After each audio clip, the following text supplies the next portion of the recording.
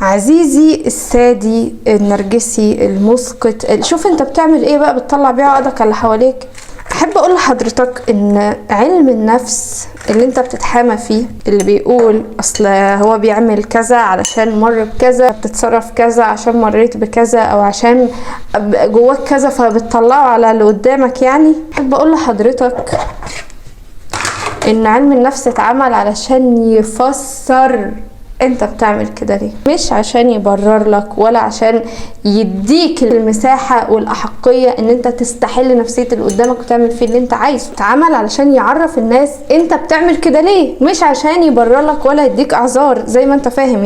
يعني حضرتك ما تفكرش انك لما تروح لربنا يوم القيامة وتقول له يا رب اصل انا ظلمت فلان علشان فلان واحد تاني خالص ظلمني، فانا بقى جوايا طاقه ظلم، فانا عايز اصلحها على فلان الغلبان اللي انا عارف انه مش هيعمل لي حاجه ده، فربنا هيقول لك ماشي حبيبي عدي وخلاص وسامحناك. في ايه مريحه جدا في القران بتقول اعوذ بالله من الشيطان الرجيم بسم الله الرحمن الرحيم، بل الانسان على نفسه بصيره ولو القى معاذيره. عارف يعني ايه ولو القى معاذيره؟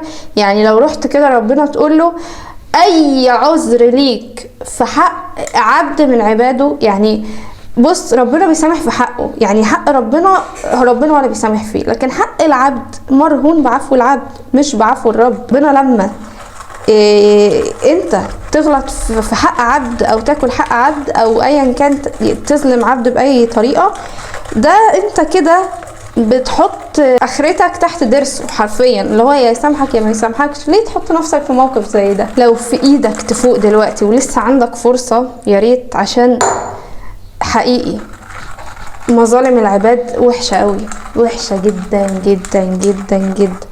شط النسكافيه بقى مش هنمو. صباح الفل.